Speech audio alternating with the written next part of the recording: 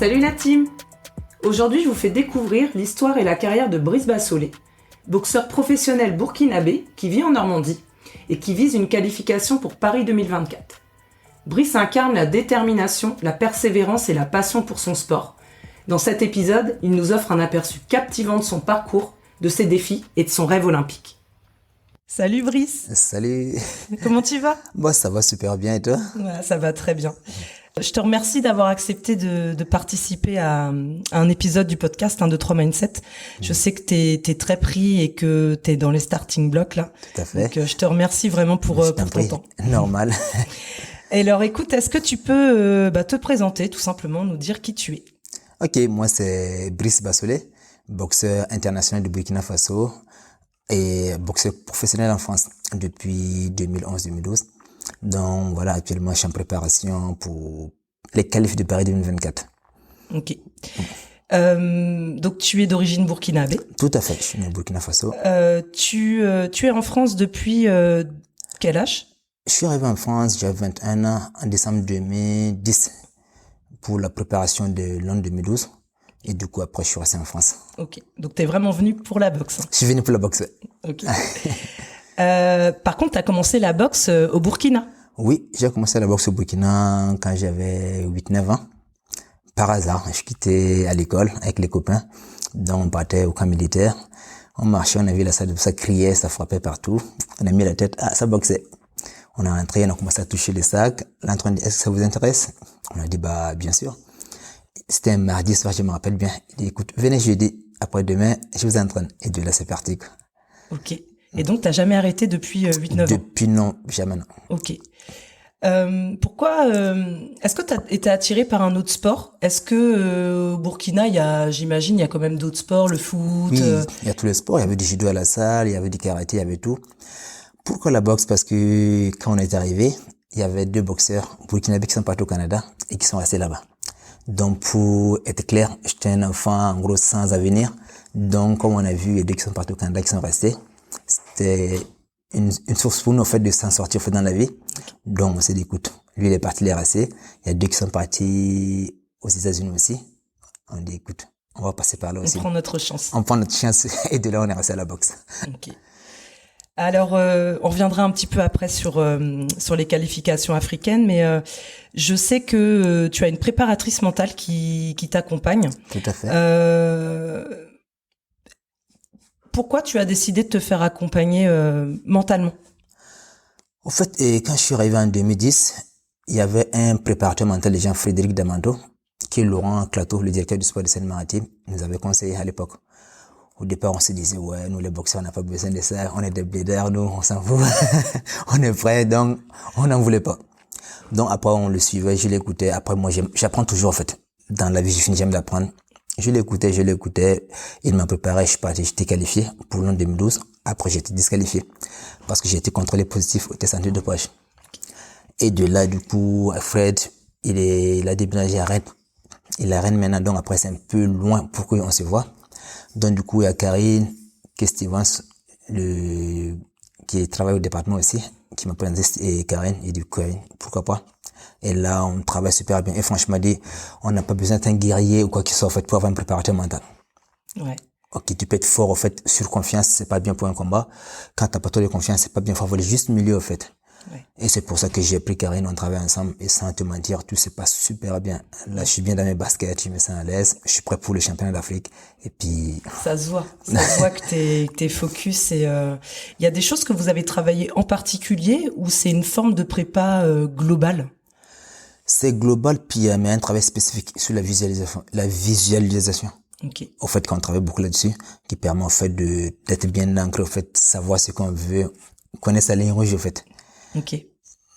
Et du coup, j'imagine que Karine, elle te donne les clés, hein. Elle t'aide. Tout à fait. Mais toi, tu fais un travail en parallèle de ça. C'est ça parce qu'elle m'envoie des vidéos, des audios que je travaille dessus et me fait comme elle peut souvent s'appelle, on se voit une fois par semaine et puis ça se passe bien, quoi. Ouais.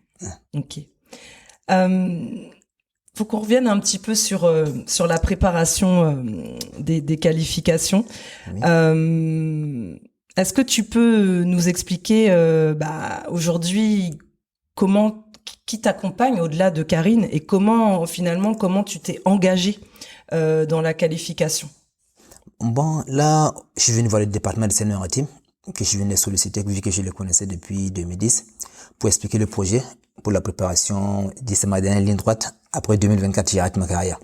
Donc, je suis venu voir Laurent Clateau, Fleur Ferry, pour les expliquer le projet. Il m'a dit, écoute, si tu veux, on va t'accompagner. Et c'est le département, en fait, qui m'a trouvé des subventions, qui paie mes déplacements de tous les jours, mes entraînements à Paris, mes entraînements à Rouen, un peu partout. Mon déplacement au Sénégal pour les qualifications, c'est qui finance tout, en fait. Donc, pour juste bien expliquer aux personnes qui vont nous écouter, donc Brice, tu vas représenter le Burkina Faso. Tout à fait. Mais le Burkina Faso ne t'accompagne financièrement en rien. En rien du tout. J'ai été au Sénégal avec mes propres moyens. Et là, je repars au Sénégal pour les qualifications et c'est moi qui ai payé mon billet d'avion. Et non, ils m'ont dit qu'ils n'ont pas de sous. Donc, c'est le département de Seine-Maritime et la ville d'Elbeuf qui me soutient. Parce que le maire Judé Merabé qui m'a donné une subvention aussi dans la préparation et qui m'a laissé la salle de sport. Je peux m'entraîner quand je veux. Tout ça. Ok. Incroyable. Alors, si on revient un petit peu sur les qualifications africaines, est-ce que tu peux nous expliquer le déroulement, où est-ce que ça va se passer et voilà, en gros, qu'est-ce que c'est comme compète? Les qualifs à la boxe, en fait, il y a le championnat d'Afrique, il y a les Jeux continentaux d'abord, championnat d'Afrique, championnat d'Europe, un peu partout. Et nous, ça va se passer du 9 au 15 septembre au Sénégal, à Dakar. Donc, ils prennent qu'une personne par catégorie, que le champion d'Afrique en titre. Ok. Donc toi, tu vas boxer en quelle catégorie? 63 kg 5, un super léger. Et en Europe, ils ont pris 4 personnes par catégorie. En Asie, ils prennent 3, 4 aussi. Mais nous, c'est une personne avec que le champion comprend. Mais après ça, il y a les Jeux mondiaux, où ils vont prendre 4 personnes. Et ça se passe l'année prochaine. On a 3 chances, en fait. On a le championnat d'Afrique, les premiers Jeux mondiaux et les deuxièmes Jeux mondiaux pour être qualifié. Ok. Donc toi, j'imagine que tu vises une qualif dès là. Dès là. Je pense que là, c'est parti. Donc du coup, ça se passe au Sénégal. Au Sénégal, à Dakar. Et ça commence quand? Ça commence le 9. Le 9. Est-ce que tu sais quand est-ce que tu boxes ou c'est pas encore... Pour l'instant, rien n'est fait. Il faut qu'on part, on fait la pesée le 9 matin. Après, ils font les tirages au sort. Il se peut que je boxe le soir. Il se peut que je boxe le lendemain. Donc, on ne sait pas pour l'instant. Ok. Donc là, on peut dire qu'on est le 4. Ouais. On est dans les starting blocks. Ouais, c'est ça. Et... donc, j'imagine que tu te prépares à cette compète depuis quelques mois. Tout à fait. Est-ce que tu peux nous partager, c'est quoi en fait ta routine là hebdomadaire, voire quotidienne, pour te préparer jusqu'à la compète? Ma préparation, avant, j'avais pris un coaching à Paris avec Abadila, l'un des meilleurs entraîneurs français, que je partais m'entraîner tous les matins avant d'aller au Sénégal au mois de mars passé. Mais vu que j'ai perdu mes papiers, je suis resté 2 mois financièrement, j'ai payé beaucoup l'hôtel, payé à manger, tout ça. Quand je suis revenu, je peux plus repartir à Paris parce que financièrement, c'est pas le top. Donc, du coup, là, je suis dans le coin, je m'entraîne un petit peu à la Reine, un peu à Elbeuf aussi, avec Belaïd Kaldi. Donc, ça fait que je tourne tous les jours, je m'entraîne tous les matins, je sors, je fais mon footing. À 10h ou 11h, je fais peut-être mes fractionnaires. Le soir, je pars à la salle, je fais le sac ou des sparring. Okay. Et toujours comme ça, le week-end, souvent, je suis au sauna, je fais un petit sauna. Un peu d'aquagym souvent avec les mamans pour changer un peu d'air.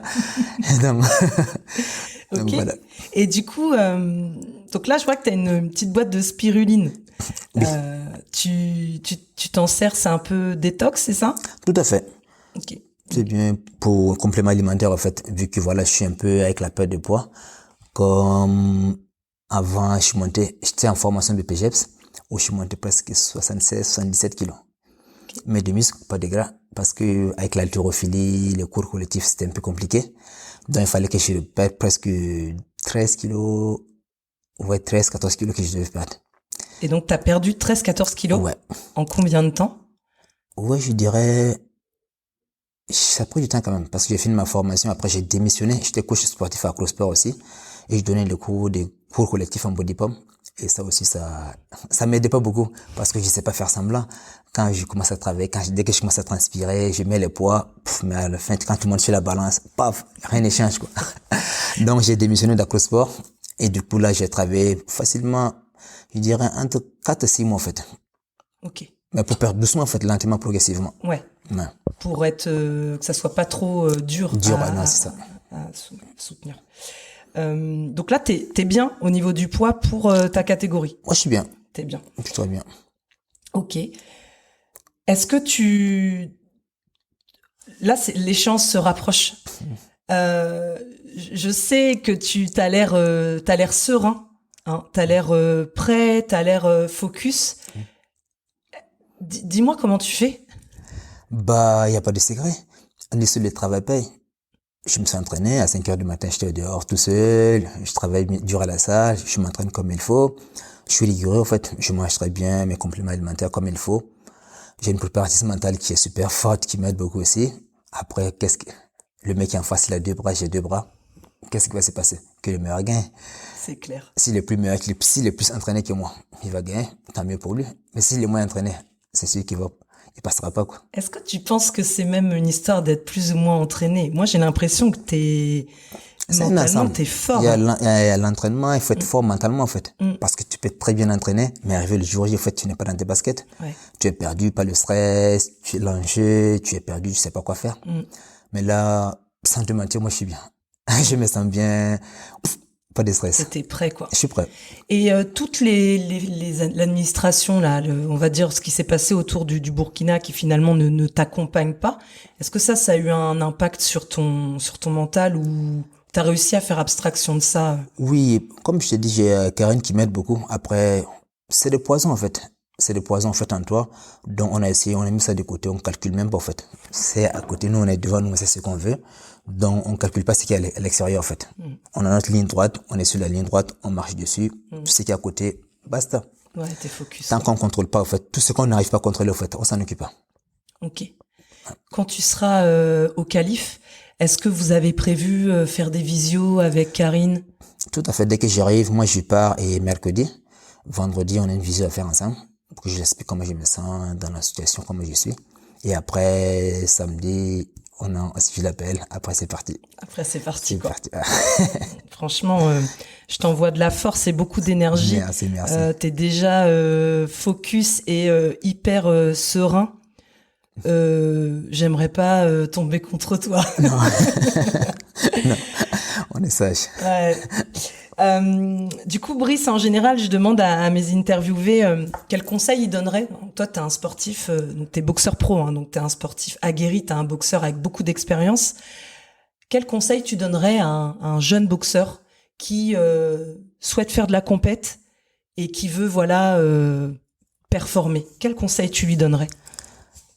Le travail et croire en soi, en fait. Croire en soi, en fait, de ce qu'il est capable de faire, en fait. Faut pas qu'il se fasse intoxiquer par les parasites qui sont autour, en fait. Parce que ça va très vite. Tant que tu crois pas en toi, en fait, rien ne peut se faire. La confiance d'abord et le travail. Okay. Le travail paye. C'est ce qu'on dit. Ouais. Bah écoute, merci Brice. Bah, je t'en prie. Je t'envoie plein de force. On te suivra d'ici. Et franchement, on espère. Mais je te sens bien parti là pour une qualif. On est parti. À très bientôt. À très bientôt. Merci. Merci beaucoup.